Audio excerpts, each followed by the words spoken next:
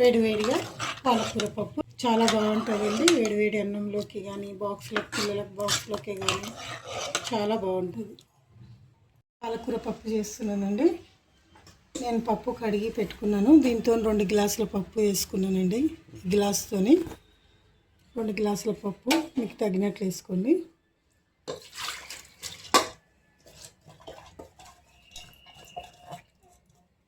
పప్పు వేసుకున్నాక ఉల్లిగడ్డలు వేసుకోవాలండి. ఫస్ట్ ఇది ఒక ఉల్లిగడ్డనండి. తర్వాత పచ్చిమిర్చి వేసుకున్న తర్వాత పాలకూర వేసుకుంటున్నాను. అన్నీ నేను కడిగి రెడీగా పెట్టుకున్నానండి. 20 రూపాయల పాలకూర నాకు 5 కట్టలు వచ్చినాయండి. 2 గ్లాసులకి 20 రూపాయల పాలకూర సరిపోతుంది. కారం వేసుకుంటున్నానండి. 2 టీ స్పూన్లు, చిటికెడు పసుపు అండి, కొద్దిగా కలామాకు వేసుకుంటున్నాను. ఆ పైన కొంచెం శనగపప్పు వేసుకుంటున్నానండి, బాగుంటుంది.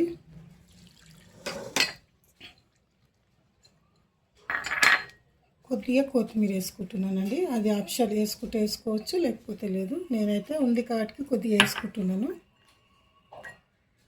2 రెక్కలు చింతపండు పెట్టుకుంటున్నాను. ఈ శనగపప్పు పక్కన పెట్టుకుంటే అంత మెత్తగా ఉడకదండి. అందుకనే నేను పైన శనగపప్పు పైన పెట్టుకుంటున్నాను. నేను 1 చెంబు వాటర్ పోసుకుంటున్నానండి, దానికి తగ్గినట్ల.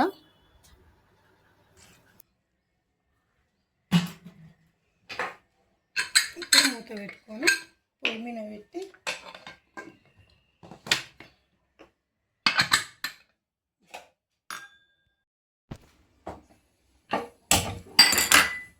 ఒక 5-6 విజిల్ వచ్చేదాకా చూద్దామండి. ఒక 5 విజిల్లు రావాలి కంపల్సరీ. తర్వాత మూత తీసి చూపిస్తాం విజిల్స్ వచ్చినాక.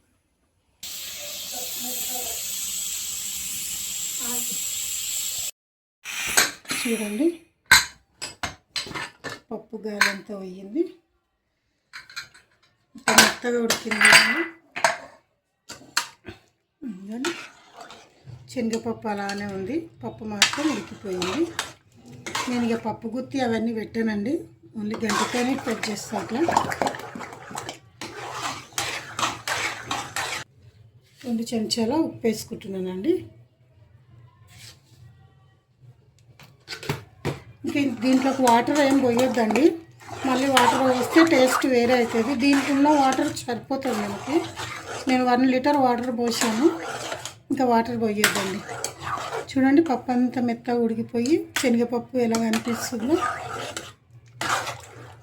ఇప్పుడు దీన్ని తాలింపు వేసుకుందామండి. రండి, ముట్టించుకుంటున్నాను. తాలింపు పెట్టేస్తే ఇప్పుడు కొంచెం గిన్నె వేడి ఎక్కే వరకు హై పెడుతున్నానండి. 1 టేబుల్ స్పూన్ ఆయిల్ వేస్తున్నానండి. నేను పప్పులోకి ఎక్కువ అవసరం లేదు. ఫస్ట్ నూనె వేడెక్కాక ఎల్లిపాయలు వేయండి. ఉల్లిగడ్డ ఒక 5-6 పాయలు వేయండి. నేనైతే చూపించలేదండి, డైరెక్ట్ దంచుకున్నాను. 5-6 పాయలు వేసాక కొద్దిగా వేగనిద్దాం. కొద్దిగా వేగుతున్న సమయంలో కొంచెం మినపప్పు వేసుకుంటున్నానండి. 1 స్పూన్ జీలకర్ర ఆవాలు వేసుకుంటున్నాను నేను. ఇందులోనే శనగపప్పు కూడా కలిసి ఉందండి.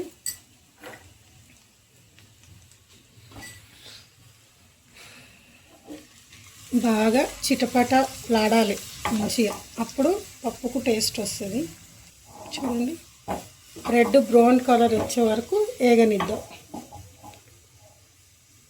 చూడండి, రెడ్ కలర్ బ్రౌన్ వచ్చేసింది. ఇప్పుడు కొద్దిగా ఎండుమిర్చి వేస్తున్నానండి. ఎండుమిర్చి వేసాక కొద్దిగా ఇంగు వేద్దాం. ఒక 1/2 స్పూన్ ఇంగు వేసేస్తే సరిపోతుందండి.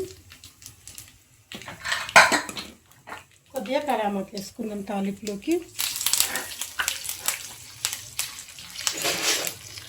చూడండి, మంచిగా వేగిపోయింది. ఇలా చిటపట సౌండ్ వస్తేనే తాలింపు వేగినట్లేనండి, పచ్చిది తీయొద్దు. మంచిగా గోల్డెన్ కలర్ వచ్చేదాకా పెట్టాలి. చూడండి, పెడితే ఇదొక్కటి మినప్పప్పు,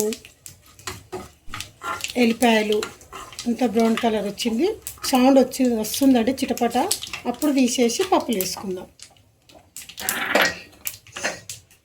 ఇలా పప్పులు వేసుకుందాం.